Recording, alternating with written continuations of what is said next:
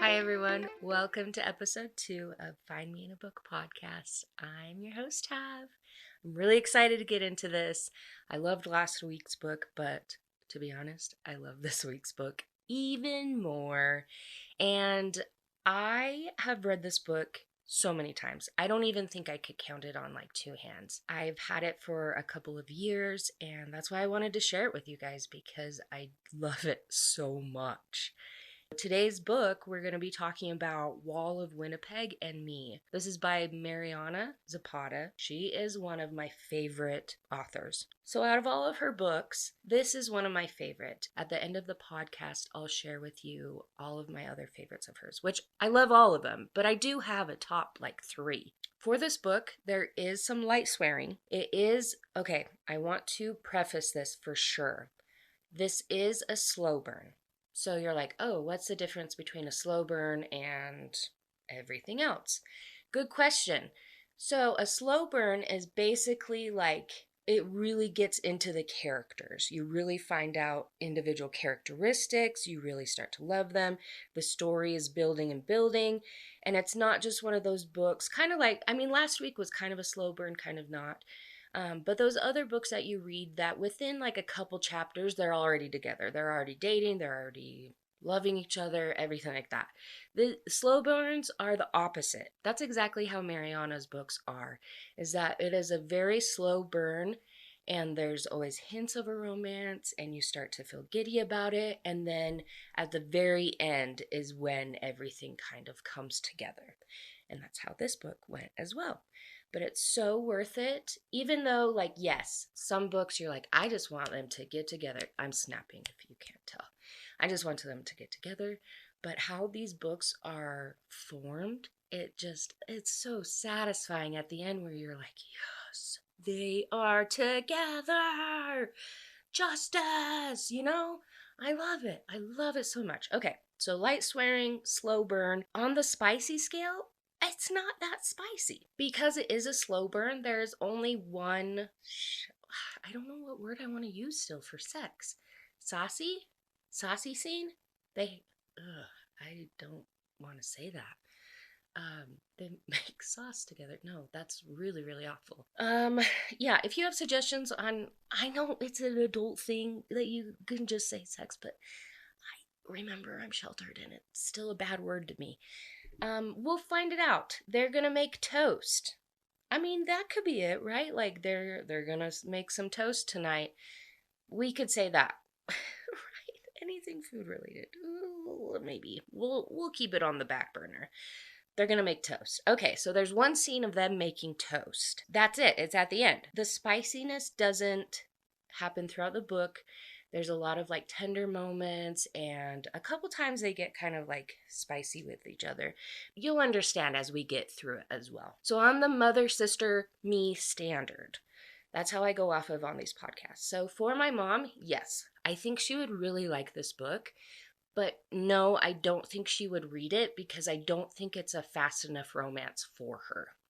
And it does have some swearing, which she's okay with swearing, but she would rather not read swearing. And it's not really in the time era that she prefers as well. So yes, she could read it, but I don't think she would. My sister, though, yes, she would read it. And I highly recommend that she does read it because I think she really likes it. Slow burns are not her preferred book either, like along with my mom, but she'll read them. If I rave enough about a book, she will read it, which I'm very grateful for. She did read one of Mariana's other books, which I love as well, and she was okay with it. So we're good on the sister mother standard.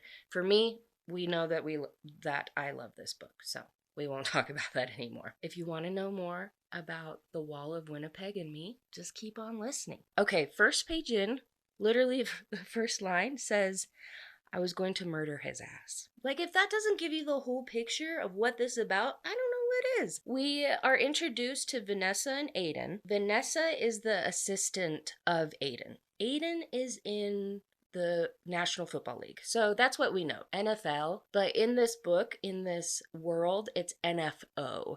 So it's like National Football Organization. So he plays on this imaginary team. Except, to us it's imaginary, of course, like made up, but of course it's real in this book. So he plays on the 300s team. He is defensive player of the year 3 years in a row. Like, he is just honky dude, you know? I associate him with Alexander Draymond.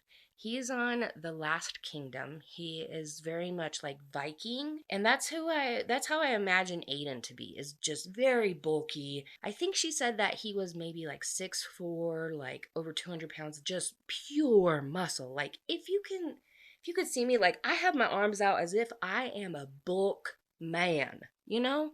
Like, just, oh, he's just a tower.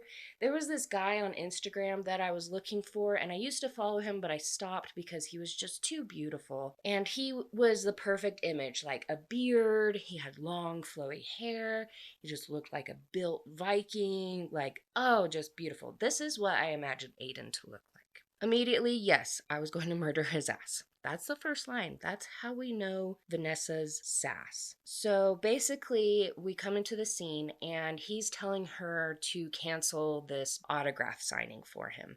And she's like, what? Like, this has been planned forever. Like, these people are here for you. They're the biggest fans. They won this competition. Like, you want me to cancel this event?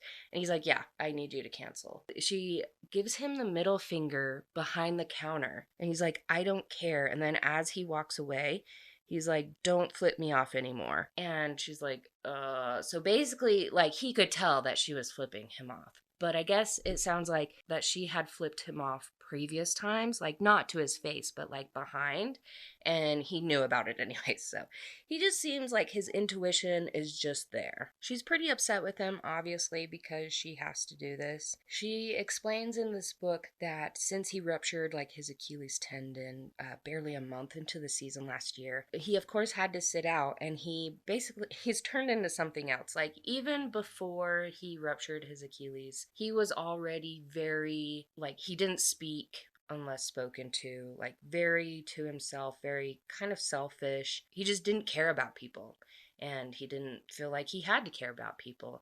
And since the rupture, like, he's just been really hard to deal with. Fans didn't think that he was going to make a comeback, and so he was really upset about that, because football is his number one priority, hands down, over anything else. So at this moment in the book, Vanessa had been working for Aiden for 2 years, and these events kept happening. She was getting really tired of it, and she just couldn't take it anymore. So she had been planning her exit for a while now. And to give a little backstory, yes, she has been an assistant for 2 years. A job agency had called her, said, hey, are you able to work with a celebrity? She was like, yeah, sure. And when they introduced them, she had no idea who he was. She had to go through so many interviews, everything like that, and she finally got the job. 2 years in, she's cooking his meal. She's replying back to social media as him to his fans. She is driving him back and forth to like appointments. She's basically his life assistant, which, if he was a cool guy, then I think that would be a pretty cool job. But because he's the type of person that doesn't say anything unless he has to, and it's very matter of fact, and most of the time it's pretty rude, I can understand why she doesn't want to work for him anymore. She's gotten to the point, yes, she wants to move on. She did go to college before into graphic design, and so that's really where her passion is. And in the meantime, while working with him, she has like created her clientele. She's really been working hard, and she wants to do that full time. And because of that, and with the salary that she has, she saved up enough money to equal a year of salary so that she can transition over to her graphic business. And one night, she is on a phone call with her best friend, Diana. So we learn about Diana, and we learn that they have been best friends since growing up, and they were neighbors growing up, and now in their late 20s, they are still best friends. Diana is a hairstylist. One of the first conversations that we read about were about Van and Diana. Diana says that Rodrigo, which is her brother, saw Susie. Then all of a sudden there's like silence, like we read, like Vanessa is silent. So we're like, okay. And we find out that Vanessa has 4 siblings and somehow had foster parents as well as her real mom. So we're kind of like getting into this story of like, okay, why does she have foster parents? Where was her mom? Like, who is Susie? Like, why is she so silent about Susie? And it's very intriguing because I want to know this backstory of this family. And while they are in this conversation about life, about her family, she gets a phone call from Miranda P, which if you've watched The Devil Wears Prada, that's who it is, Miranda. She named Aiden in her phone Miranda, which is really funny to me because that's something I would definitely do if I had a bad boss. I would put them in as Miranda. So she gets a call from him, she ignores him, and then Diana convinces her to put in her notice so they can start finding another person. I believe that she's not going to put in 2 weeks, she's just going to put in her notice until they can find another person. And so she goes to Aiden. She has to get a lot of courage up because quitting a job after 2 years is really hard and really intimidating. So she gets up this courage, goes to Aiden, and literally all he says is make sure to tell Trevor, which Trevor is Aiden's agent. And he's an a-hole. I'm just going to put that out there. He is a jerk. She goes to Trevor, says, hey, I'll help until you find another person. I'll train them. He's like, did he say something? Did he do something? Like, he just does not believe her.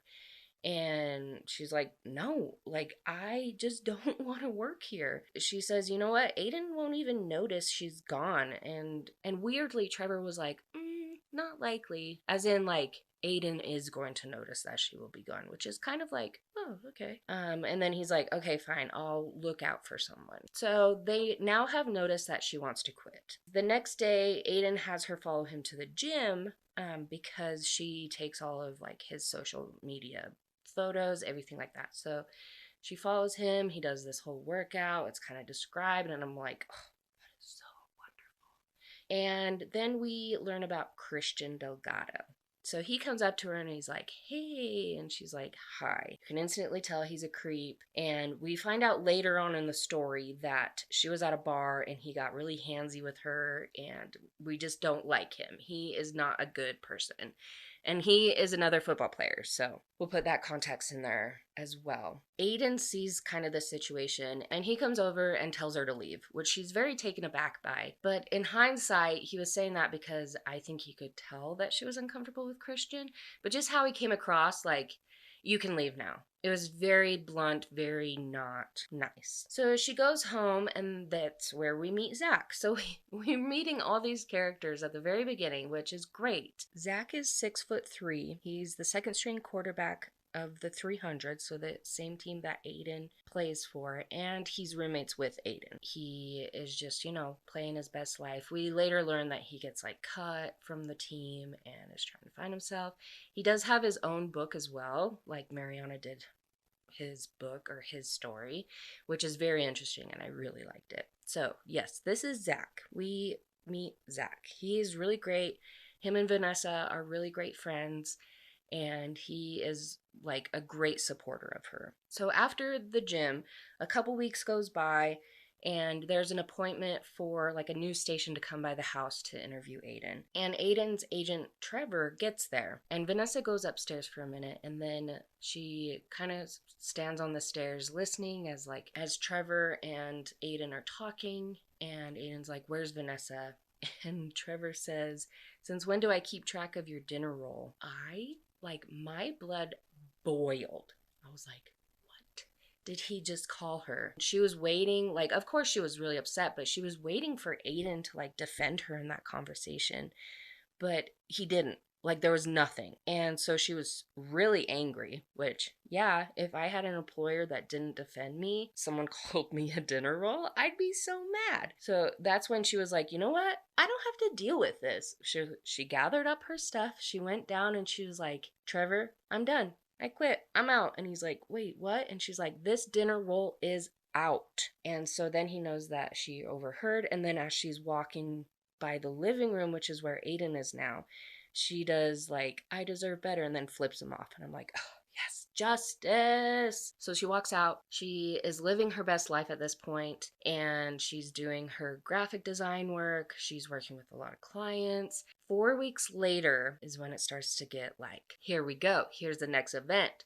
So it's around 9 p.m. and she's approaching her building, which is kind of in the ghetto, and drug dealers around, what she wanted to afford so that she could like save up her money for this change. Like we kind of understand. So she's approaching her building and she sees someone sitting on the steps. And she's like, he looks familiar. And he says, Vanessa.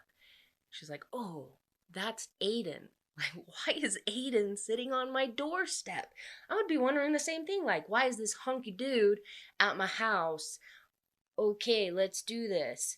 And so she's like, okay, come in, I guess. And they actually don't start talking. He just doesn't say anything. And she's like, what do you want? Like, I don't know how to help you. And he's like, come back. Like, come back and work for me. And she's like, no, I deserve way better than you. And I'm living my dream. I'm doing what I went to school for. Like, I'm not coming back. And he, like, keeps saying, like, come back to work for me. Do you want more money? Do you want this? Do you want this? Do you want this? And she's like, no, I don't want any of that. Like, yes, I would love more money. Yes, I would love for you to treat me better, but it's not going to happen. I don't want to go back to someone who doesn't automatically do that. You should have said these things like a couple years ago. I wanted an apology. I wanted you to defend me to Trevor, but none of that happened. So no, I'm not going back. And I loved that. It's like, even if he were to come to you, like, I would not, yeah, just go her, like, go girl. Yes, love that. So he leaves. And she's living her life, and then a couple days later, he's there on her doorstep again. I'm like, okay, why is he back? Is he really back to beg her again to come back? Like, why is he back? And they basically don't say anything. She says, why are you here? Which is the main question we're all thinking. And he says, my visa expires next year. So he's from Canada. That's where Winnipeg comes from. Where Winnipeg in the title comes from. He's from Canada. He is playing in Texas on a work visa. He was like drafted, everything like that. So he's saying, my visa expires next year. And she's like, okay, like, yeah, I saw the papers in your mail a couple weeks ago. Do you, like, you need to file these papers, you need to talk to an immigration lawyer, you need to, like, do another work visa. Like, she's naming all these things, and he's like, I don't want to do that. And then she gets really nervous, and she's like, or just find an American citizen to marry you. And it goes silent, and guess what the next thing he says? He says, marry me. I mean, like, what? Like, he just says, marry me. And she's like, oh, no. No. You need to find someone that, like, can help you with this, can help you with that, like, help all this stuff. And he's like, yeah, literally you. Like, you can help cook my meals. Like, you can help me with all these different things and still kind of be my assistant, but we can be married. And she's like, no, like, I do not want to do that. That is illegal, for one. And I don't want to go back to this situation either, because I would have already been there. Like, I would have stayed if I actually wanted to be there. And he's like, marry me, blah, blah, blah. And she's like, no, absolutely not. So he leaves, comes back the next day.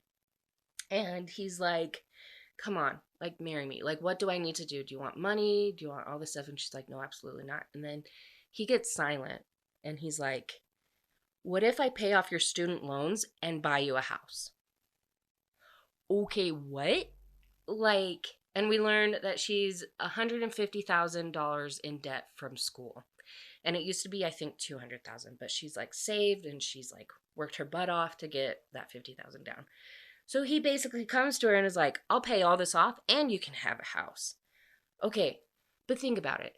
Think about it right now. If someone came to you, you were hundreds of thousands of dollars in debt, and this beautiful football man, even though he's a jerk, he comes to you and says, hey, I'll pay this off. I'll buy you a house. We have to be married for 5 years. Would you do it though? I think I would do it. Is that bad? I don't know. Really think about this. Like, would you actually do it? Some people might, and that's okay, but some people would. And that would be me. I would definitely do it. But if he really was a jerk and if he really, like, it really had to depend on his, like, character and his work ethic and if he was beautiful and a lot of different factors to, like, really, when you really think about it. But yeah, with this guy, yes, I would do that. So she's like, okay, fine. Like, it is illegal, but I will help you out. He's like, great. Okay. And then he leaves. And then 7 days later, she's like, I haven't heard from him. I haven't talked to him. He hasn't reached out. Like, she just basically convinces herself, like, okay, maybe this wasn't real. Like, maybe this is not happening. And then he shows up and she's like, okay, when is this happening? And he's like, oh, we're moving you this Saturday. And I believe it was like Tuesday. And she's like, oh, okay, I love that. And so she like gives all her furniture basically to her different neighbors, and she only has like a couple things that she moves with her. So they move her that Saturday. And then the next week, he's like, hey, we need to get married before like the season starts. So we're going to Las Vegas next weekend because it's much easier to get a marriage license and they do it all the time. We're just going to get this done. And she's like, okay, that's whatever. She doesn't really have a choice. So they fly to Las Vegas. They get a nice hotel, of course, with 2 different rooms. And he goes to sleep. He takes a nap. So she's like, hey, I'm going to go out and like look around Las Vegas. I'm going to like go to a show. So she's walking around, everything like that. And then she gets a call from him and he's like, where are you? Like, I'm over at this part. Like, I didn't want to wake you up. I left a note and I'm going to go to a show. And he's like, where are you? Like, do not leave without me. Like, he was genuinely worried about her. And she was like, okay, that's fine. So then he like meets up with her and they go to this show and the people behind them recognize him and they're like, hey, can we take a picture with you? And he's like, okay, that's fine. And then as Vanessa was taking the picture, you see, I mean, you don't see it, but she, like in this book, in my mind, I'm imagining it. But this lady reaches down and gropes him on the butt. And Vanessa is very laughing, and Aiden is like, don't say another word. And it's just kind of a funny little scene. A couple weeks later, like into this marriage, she comes home and Aiden is icing his ankle. He sprained his ankle. So then she's like, okay, let's make an appointment for you. Let's go to the therapist. Let's go to I guess he goes to acupuncture or something that helps with your muscles. So she sets up an appointment for him and she drives him and she like helps him into the room and she waits in the waiting room and the receptionist is very flirty with him, obviously. He goes in, he comes back out, comes to the front desk, and Vanessa comes up as well. The receptionist is being really flirty, and he turns to Vanessa and is like, will you take care of this for me, Muffin? He says Muffin. If my husband called me Muffin, I'd be like, what are you on? Like, why are you calling me Muffin? Out of all of the terms of endearment, why Muffin? So she's taken aback because that's kind of the first, like, endearment that he has said to her. And the receptionist is taken aback as well because she's like, wait, what? And he's like, yeah, my wife will take care of it. And so they take care of it. She's still like very taken aback because that's like the first affection he showed. We learn later that, I mean, when her and Diana are talking, we learn that Vanessa is going to be going to El Paso for her mom's birthday in the next couple weeks. And Diana's like, you're not going alone, are you? And so that's another like kind of red flag where it's like, what is happening in her past life or what is happening at her mom's house that is so alarming? Like, we got to figure this out. So Diana is like, "You're not going alone." And Vanessa was like, "Oh, yeah, I think I am, but maybe I'll ask Aiden," because she hasn't told her mom, or, of course, I don't know, like, she wouldn't tell her siblings, but she hasn't really told anyone that they have gotten married. So she's like, "Oh, I guess this would be a great time to tell her mom." And then we learn a little bit more about her mom, and at this point, we know that her mom was a drunk and lost custody of the siblings, of Vanessa and her siblings, and that's when Vanessa had to go into like foster care. So it gets up to that point, and she asks Aiden if he would go with her, and he's like, "Yeah, like I just have to be back by a certain day." And she's like, "Yeah, that's fine. It'll only be like a day trip." And it comes to that morning, and it's like 5 minutes before they need to leave to the airport, and he is like nowhere, and she's kind of freaking out. She's calling him. She's like, "What am I going to do?" Like, I'm so mad. He needed to be here. He's not answering. I've heard nothing from him. Finally, he calls and he's like, "Vanessa, I'm not going to make it. My old coach," which we learn about later, his name is Leslie, I believe. He's in town, and she's like mad because she's like, "Why didn't you tell me?" It's very last minute. So basically, he doesn't make the flight and she goes. And so she calls her mom like when she lands, and is like, "Hey, like, do you need any help with the party prep? Do you need anything?" And her mom says like, "Oh, I already got help," or like, there was help. And she's like, "Oh, who helped you?" And her mom says Susie and Ricky helped her with the party prep. And that's when, like, her mom's like, "They've been staying with us. Like, I didn't want to tell you. I was worried you wouldn't come." And she's like, "Yeah, you had that right." And her mom was like, "She's your sister. Like, she's your sister." And she's like, "Vanessa, please be nice for me." And I'm going to read like a little quote out of the book because it was just like, it kind of gives you the whole picture. She said, "The urge to be mean gripped my tongue. I wanted to ask her about the hundreds of times she hadn't done something for me. I really did. On my best days, I was convinced I'd forgiven her for the days at a time that she never came home, for making me resort to having to steal money from her purse to buy groceries because she'd forgotten again how there wasn't anything to eat at home, and for leaving me alone and forcing me to deal with three angry, mean older sisters who couldn't have cared less about my little brother and me." I mean, that's heavy. That's heavy stuff. Of course, like, she has a hard time with her mom. She barely calls her and she doesn't reach out because, yeah, that's very heavy to learn about.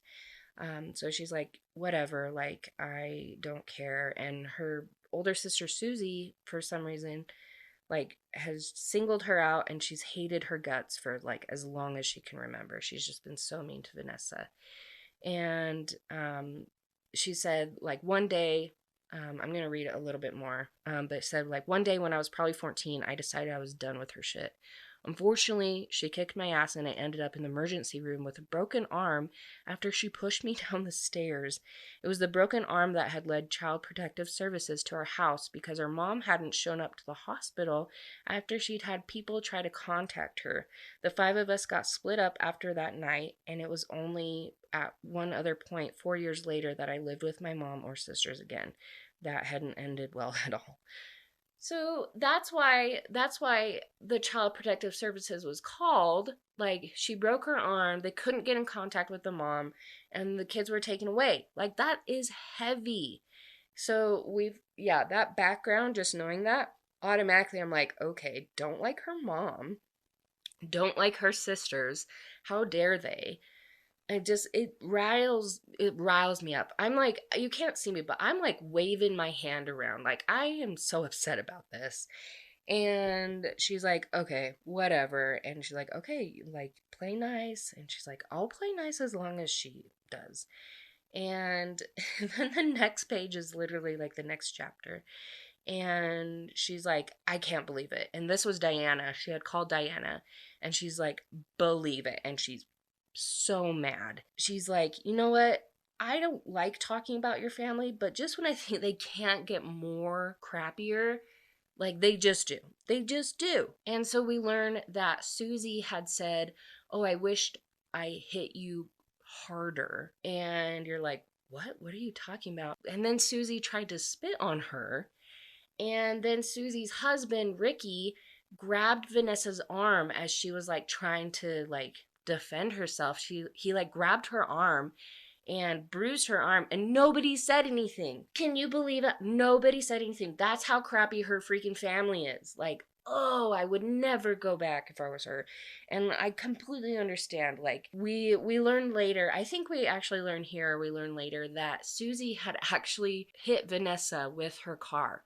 Like, she was on drugs, she was like out of her mind, and they had gotten into a really big fight. Susie had stolen a lot of money from their mom, from Vanessa, and so they got into a really big fight. Susie had thrown a vase at Vanessa, and then she ran, grabbed Vanessa's purse, and then ran out to the car.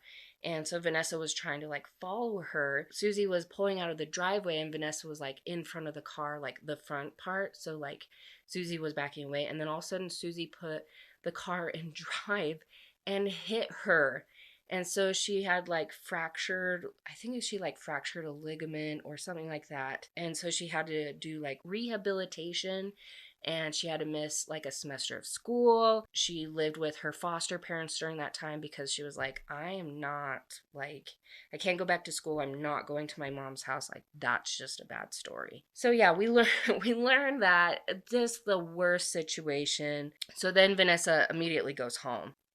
The next day, Leslie stops by again because I thought he had left, but I guess he hasn't. And Aiden wasn't there yet. So Leslie starts talking about Aiden's life. And we learned that when Aiden was a teenager, like his dad was very abusive to him, like I guess all during his life, and his mom wasn't any better. And so he goes and lives with his grandparents, and his grandpa is best friends with Leslie, and Leslie was the football coach. So they get him into football, and Leslie just kind of takes him under his wing and just makes him the greatest football player in the country, basically. Leslie looks over at one of the tables, or like the kitchen table, and there's like a puzzle, and he says like, oh, Aiden used to do puzzles with his grandma all the time, like that's why he still does it. They both have like passed away, and he doesn't talk about his parents at all. So we honestly don't know anything more about his parents after that, except for they were abusive. But his grandparents were great, and we loved them, but they had passed on. Later that night, Aiden comes to talk to her, and she like moves her arm, and he's like, "What happened?" Very bluntly. She's like, "Oh, Susie didn't like the way that I was looking at her, and we got into a fight. Her husband like overheard us arguing, and he grabbed me." Aiden was like, did he apologize? And then Van is like, no. And Aiden's like, did he hit you? She's like, no, he didn't hit me. He's still alive. And he's like, did you tell anyone? And she's like, I didn't need to. Everybody heard. Everybody saw. He's like, I don't have that kind of relationship with my family. They did nothing. And he's like, she's your real sister? Like, yeah, like we've never gotten along. She's about as far from a sister as you can get. And so he asks like how many she has, and she has 3, and that she's the youngest. She has a younger brother, and none of them said anything. And all of a sudden he starts yelling for Zach, which is the roommate, and he's like, Zach, I need your car. Like, I need to borrow his car. If I fly there, there'll be proof that I'm there. And she's like, wait, what? Like, what are you planning on doing? And he's like, you kneeing him? Because she, like, attempted to knee him. Aiden was like, you kneeing him isn't doing it for me. And he yells for, like, Zach again. And she's like, you've lost your mind. He's like, no, that asshole lost his mind. Your family lost their mind. He's like, I know what I'm doing. This is the part that was, like, kind of cute. Because he's like, we're partners. We're a team. You said it. Like, if someone's gonna do this to you, they basically are doing that to me. Like, if someone messes with you, like, no. I'm not gonna let somebody get away with hurting you. Do you understand? And she's like, yeah, thank you, but we can't do this. That's why, like, we have to wait. And he's like, wait, what? And she's like, yeah, I have this whole plan. And he's like, oh, I should probably be scared of you. Nothing ever happens. You know what I'm saying? Like, it's just in her mind. Like, who wouldn't have a plan to, like, damage this guy that like grabbed you? Like, so she was just playing around.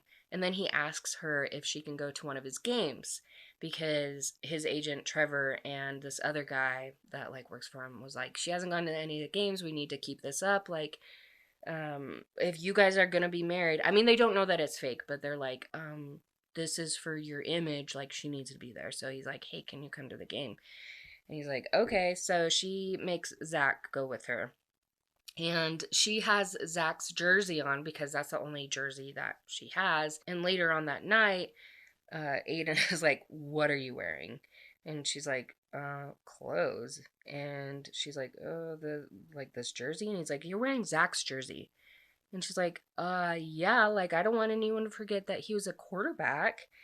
And he just kind of gets upset about that when you kind of think like, okay, like is he upset that she's wearing another man's jersey? Like, okay, there's something there. Like a week later, Aiden calls her and is like, hey, my car is not starting. It's stormy outside. Can you come and pick me up? And she's like, yeah, I can come and pick you up. And he's like, okay, I need to go to the lawyer. Like, I need to fill out some paperwork. I need you to go with me too. And she's like, does the lawyer know like about this? And he's like, if he knew, like that's fraud. Like we would like this is illegal. So yes, we need to act like husband and wife, because we have to keep this up for at least 5 years. So she's like, okay, like whatever. They get to the lawyer's office and they decide to go up the elevator. And because the storm is really big and really loud, like really like lots of lightning, the power goes out. And so they get stuck on the elevator. And this is when we learn that Vanessa is terrified of the dark, just terrified. And she starts to have a panic attack and just like breathing really fast, just like a panic attack, which I completely understand. Like I'm afraid of the dark, but not to this extent. And so Aiden is like, hey, you're okay. Like he walks her through the panic attack. They start talking about like why she does have the panic attack. And she tells him that when she was younger, her sisters locked her in a closet for 2 days without food and water. And finally her mom got home, like, and they let her out, and her mom only yelled at her sisters and that was it, like, but it traumatized her. So from that point she's always had a lot of flashlights, she's always had backup night lights, everything like that. As she's kind of like calming down from the panic attacks, the thunder and lightning keep going, and it's getting kind of long, like in the elevator, and so she's getting like freaked out again. So she like climbs on his lap, which is kind of like, okay, like, is this when it gets good? Like, can it get spicy? And it doesn't, really. He just, like, cuddles her and asks her a lot of questions, distracts her. But it's just, like, a nice, genuine moment where you're like, okay, like, this is good. Like, they are liking each other. The power comes back on. They get out of the elevator. They go to this lawyer, and they get all that paperwork figured out. And then I don't know the timeline of this, but probably like a couple days later or a week, month, I'm not sure. She was doing her work, and then all of a sudden there's like another lightning storm and the power goes out, and she immediately has all her flashlights out and she's like ready. She's still kind of freaking out, and Aiden comes like bounding up the stairs and he's like, hey, are you okay? Like, and he's just very kind, and like they're just talking. And so she was working on her bed, and he's like, hey, scoot over. And so he like gets in bed with her, and they're just like talking, getting to know each other more, and then they like fall asleep, and it was really cute, and nothing happens. But just the act of like him wanting to be there for her just like warms your heart. Then we get into like the Thanksgiving season, and we learn more about her little brother. He is going to college in Louisiana, and he has a scholarship for basketball, so he's like one of their big basketball players. And the day after Thanksgiving, Van is planning on going to his game, and so that morning she was up early. Aiden had played in the Thanksgiving Bowl the day before, but he was actually up early, and he's like, where are you going? And she's like, I'm going to my brother's like basketball game. It's just like a couple cities over, because they were there, like traveled to Texas for their game. And he's like, oh, okay, I'll come with you. And she's like, oh, okay. So they go to this like college basketball game, and of course Aiden is getting like attention. People are like talking about him. After the game, they go down to the court, and she like calls out for her brother. Her brother comes over. They talk for like a couple minutes. All of a sudden he's like, hey, Vanessa, I'm so sorry. I'm so sorry. And she just like knows something. And he's like, yeah, Susie and Ricky like wanted to come and see me. So they're here at the game. Like, I'm really sorry. I didn't know that you were going to show up. Vanessa was like, you know what? It's fine. It's fine. It doesn't matter. I'll be leaving. Everything's fine. All of a sudden, Susie and Ricky show up, and Aiden looks over at Vanessa because he could tell that she was like visibly tense. Aiden was like, is that him? She just is like, yes. And he's like enraged, like instantly, just so mad. And so he like walks over to Ricky, it gets in his face. He's like way taller than Ricky, just way buffer, just way more better, much better. He's just better. And he like gets mad and he says, touch my wife again and I'll break every bone in your body. Oh, I just loved that so much. It's such a violent thing to say, but I just loved it so much because these people are shitty people. And she, even in the book, she's like, she realized that she might just be like a little bit in love with him. I mean, me too. Like, for someone to like defend you like that, that is just such like, I just love that so much. And so Christmas Eve comes and she's really excited about this present that she got him. And she like goes and climbs in bed with him. They like talk some more. They don't really snuggle or anything. The next morning, she's like, Merry Christmas. And he's like, Merry Christmas. And she's like, I'm going to go get your present. And she walks in and she had gotten him a puppy, which is so cute. But she walks in and this puppy had like pooped and laid in his poop. And so she had to like rush him to take a bath. Aiden is like, what are you doing? And she's like, oh, I told you to stay in the bedroom. And so she like grabs the puppy with a towel and she like turns around and Aiden is just speechless. In one of his interviews a couple of years ago, she had like watched and he said like, you know, I love dogs, and if I had more time to commit to one, I would love to have a dog. Like, I knew it was time. I really wanted to do this. And even if you don't have time, like, I'll take care of him.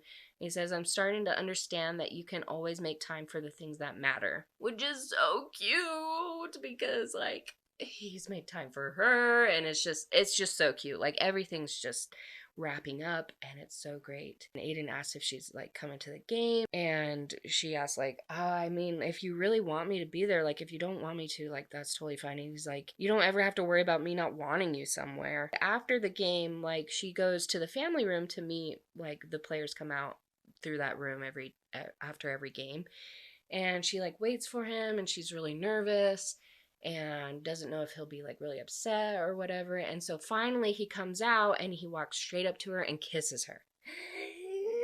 If that doesn't like shatter your heart, like my hands are up like praise hands, like unexpected affection. He kisses her and it's so great. When they get back, probably the weekend after, honestly, I don't know. He's like, hey, my friends are coming to visit. And she's like, oh, okay, that's fine. Like, what do you want me to do? Like, I can be out of the house. And he's like, no, like, you need to sleep in my bedroom because, like, they know that we're married. And, like, that's just what we have to do. And she's like, oh, okay, that's fine. And when her friends come in, one of them recognizes her.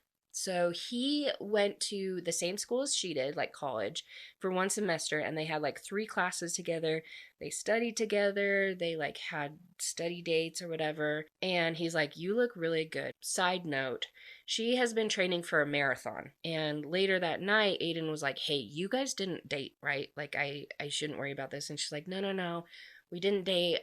He's attractive, but I've never felt that way towards him. Like, don't worry about it. And you can kind of tell, like, Aiden was a little bit jealous, which is kind of cool.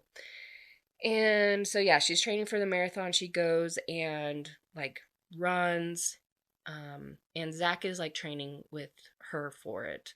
And so he's, like, running with her. And then they, like, get back that night. And she's, like, so tired. And Aiden has her, like, sit on his lap. And he, like, massages her like calves while they're all around this fire, and then he like takes her up to bed. And then it's the morning and she like admits to him like, hey, I'm really going to miss you, because he's about to go to Colorado for 2 months to stay with Leslie to train and everything like that. So she's like, hey, I'm really gonna miss you. Like, she admits that, which is cool. And he kisses her again and they get pretty hot and heavy. Like, it's a good scene. And all of a sudden the house alarm goes off and he's like, dang it. And he's like, I have to go check this. Like, the dog is barking, the alarm's going off. Like, I have to go and check this. And she's like, ugh, okay. So then she like grabs her phone and she sees that Diana has called like 20 times, and she's like, that's really alarming. The next little sentence, she like comes down, she sees that Zach is in a cast, and she looks at Aiden and she's like, hey, I need you to drive me to the hospital. Zach sprained his ankle at a club, so he can't do the marathon with her. And Diana had called because she was in the hospital because she like has an abusive boyfriend, and Rodrigo, which is Diana's brother, and Vanessa have known this, and they've like tried to get her out, everything like that. And she's like, no, no, no, it's fine, everything's fine, until like this point where he basically like beat her. And so Vanessa stays with Diana for a while, and then Diana goes with her parents, which PS, and I'm gonna say this at the end, but there's a book about Diana that Mariana writes. It's called Wait for It. It's honestly like up there with this book. I think I have read that book more times than I have read this book because I love it so much. And it is another slow burn. So when she gets back from the hospital, she says bye to Aiden and to the dog. He's gone to Colorado, and he didn't ask her to go. She didn't ask him to stay. She has the marathon coming up. So she's like just been training, and Zach's not there with her either. And then it's like time for the marathon, and she's super nervous. She shows up to the marathon. She's warming up, and one of the workers comes up to her and she's like, hey, are you Vanessa? And she's like, yeah. And she's like, you have a phone call. Like, what? So she gets on the phone and it's Aiden, and he's like, yeah, you turned off your phone, so I had Trevor make some calls and got this phone number. And he's like giving her a pep talk and just being super sweet. And she's like, I gotta tell you something, like I just gotta tell you. And he's like, no, no, no, wait till after the race, like you're gonna do great. So she gets through the marathon, and she's like probably about 50 feet away. Actually, I don't even know like the distance, but like 10 feet away from the finish line. And she kind of sees the crowd moving again, and he's there. He is there for her at the finish line. It makes your heart so happy that he's just right there and he's waiting for her. And so as she crossed the finish line, he like grabs her. She like wraps his legs around, or wraps her legs around him. He's like, I'm so proud of you. I'm so proud of you did so good. You did so good. And just like, what? Like, it's just so happy. He's like, that's my girl. That's my girl. And she's like, what are you doing here? And he's like, I missed you. And she's like, you were here? Like, you didn't tell me. He's like, I didn't want to distract you, which is completely understandable. And he like starts kissing her and just all over her face. And she's like, why are you kissing me? He's like, I'm just so proud of you. And I don't know, in experience, when a significant other like says that they're proud of you, that's one of the best moments. I know that I feel that way when my husband says that to me, like, hey, I'm proud of you. And I'm like, that is literally the best compliment that he could ever give me. And so he like takes her home, puts her in bed, and like takes care of her, like replenishes her fluids, like make sure she has that, make sure she has like a lot of fruits and rice and just all the different foods that you need after you run. And he's like, hey, what were you going to tell me like before your run? And she's like, she's really nervous. And she's like, you know what? I was going to tell you that I love you. Like, I know you said that you don't want a relationship, and I know that things between us are pretty complicated, but I love you, and I'm sorry I'm not sorry. I didn't want to be. He's like, Vanessa. And she's like, I don't want to be someone's number 2 or number 3 priority because sometimes I like to be greedy, and I can't help how I feel. I've tried to stop. I swear I couldn't. And he's like, Vanessa, stop. He's like, did you listen to anything I told you when you finished your run? Like, I missed you. I missed you so much you can't even like begin to comprehend how much. And he's like, I didn't want to leave you. I kept trying to talk myself out of going. Why do you think I never brought this up? And she's like, well, you didn't say anything when you left. You took the dog. He's like, you didn't ask me to stay. I took the dog because I couldn't take you. I assumed you wanted to stay with Diana and do your marathon because like you didn't feel the same. Like I was going to ask you to come with me. And she's like, what? You were? And it just this whole time you're like, oh my gosh, like if they just would have communicated, they would have known these things. And he's like, how do you not know that you mean the world to me? Like, haven't I made it clear enough? And she's like, I don't know. Do you love me? And he's like, you tell me. I never stop thinking about you. I worry about you all the time. Every beautiful every beautiful thing I see reminds me of you. Can't finish my practice in Colorado, like, without wishing you were around. Like, you tell me what I feel. And then she's like, oh, and they like start kissing, and it's super great. Gets kind of spicy. He like stops and he's like, your door is open and Zach is here. And she's like, oh. He's like, later, later, later. Then she like takes another nap, and he's like behind her, like cuddling her. And then they get spicy, and then they do the deed. They make toast, and it's actually very descriptive. Like, but it's not like crass, but it's still pretty descriptive. So if you're not the type of person that wants to know all the details about them making toast, then you probably want to like skip. Like, you can skip a little bit. And they just like profess their love to each other, which is really great. And he's like, I don't know anything about relationships, but I know I love you, and I know I've waited my entire life to love you, and I'll do whatever I have to make this work. And it is so great. And that's like the end of the book. I mean, there's an epilogue, which is so cute. It's only like a couple pages, but basically it's like 4 years down the road, and their team like made it to the Super Bowl, and she's like waiting for him in the family room, and they have 2 sons. If that's not the best ending to a book, I don't know what is. That is The Wall of Winnipeg in me. I love it. I love this author. I recommend everything by this author. If you want to know a list, I'm going to post it on my Instagram as well, which I recommend you follow me, because that's where I put what I'm reading currently. That's what I put what the episodes are going to be.